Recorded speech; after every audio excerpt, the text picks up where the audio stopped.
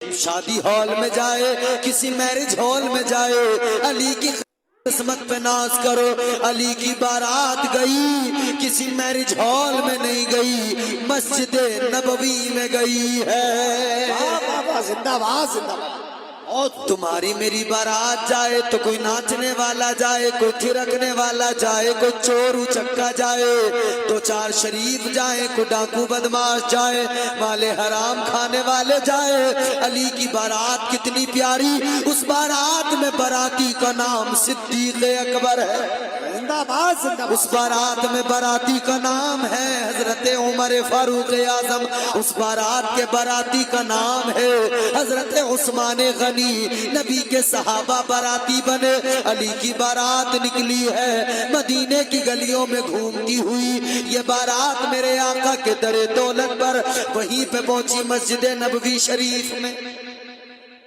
क्या है ये प्यार, क्या है ये इश्क़ हकीकी, कुरान से समझो।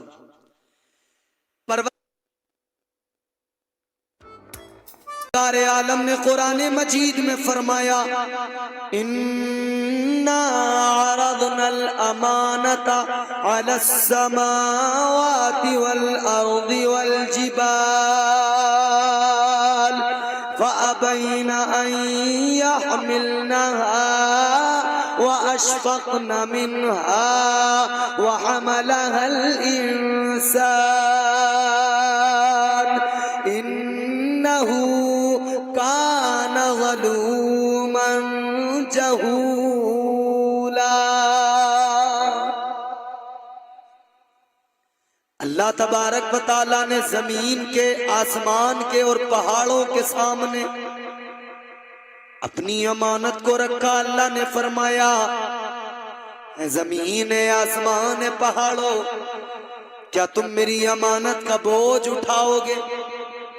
जमीन ने भी इनकार किया, आसमान ने भी इनकार किया, पहाड़ों ने भी इनकार कर दिया।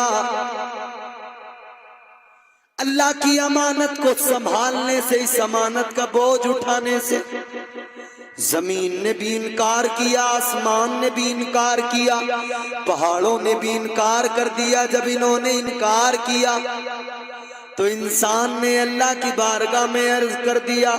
जब ये अमानत इंसान के सामने पेश की गई, अल्लाह की बारगाह में इंसान ने कहा, मौला ए परवरदिगार, इस अमानत के बोझ को कोई उठाए ना उठाए, लेकिन मौला मैं इंसान में तेरा बंदा जिसे तूने अशरफुल मखलूकात बनाया है, ए मौला इस बोझ को मैं उठाने को तैयार हूँ।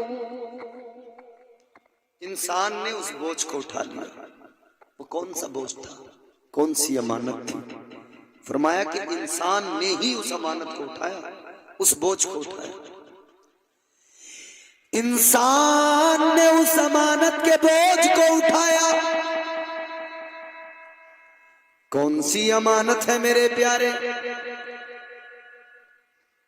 बाज ने कहा कि वो इबादत इलाही, फराइज व वाजिबात, अल्लाह की इबादत, उसकी बंदगी। लेकिन हजरत काजी सनाउल्लाह पानीपती तफसीर मजहरी के अंदर फरमाते हैं, आपने फरमाया अगर इस अमानत को इबादत ही समझ लिया जाए, सिर्फ तवज्जो से भी जुमले सुनना, मैं चाहता हूं तुम दो चार बातें जरा सुन लो। लतीफे सुनाने की जरूरत नहीं आपको, मैं कुरान सुना रहा हूं, इसको समझना बहुत जरूरी है। ये आईने हयात है, दस्तूर हयात है। हजरत काजी सनाउल्लाह पानीपती आप फरमाते हैं, अगर इस अमानत को,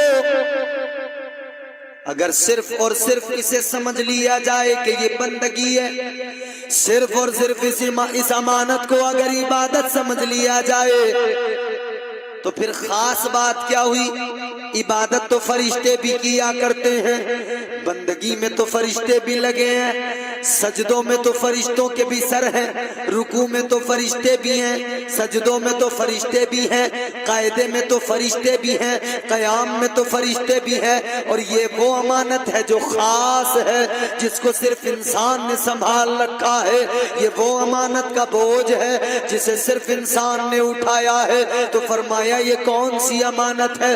हजरत काजी सनाउल्लाह फरमाते हैं ये अमानत सिर्फ इबादत इलाही नहीं है, बल्कि आपने फरमाया ये अमानत इलाही दर हकीकत अल्लाह की मोहब्बत की अमानत है। ये अल्लाह की मोहब्बत है जिसको इंसान ने अपने सीने में रखा है। कहा है परवरदिगार आलम की बारगाह में इंसान ने अर्ज कर दिया मौला इस अमानत को मैं अपने सीने में रखूंगा। अल्लाह ताला ने फरमाया इंसान अगर तू इस अमानत के बोझ को उठाएगा तो ये इश्क की दौलत है, इश्क आसान नहीं होता। ये प्यार की दौलत है, मोहब्बत की दौलत है। ये मोहब्बत आसान नहीं होती, ये प्यार आसान नहीं होता। इंसान ने कहा मौला क्या मामला है? अल्लाह ने फरमाया अगर प्यार करेगा खुदा से तो इम्तिहान देने पड़ेंगे।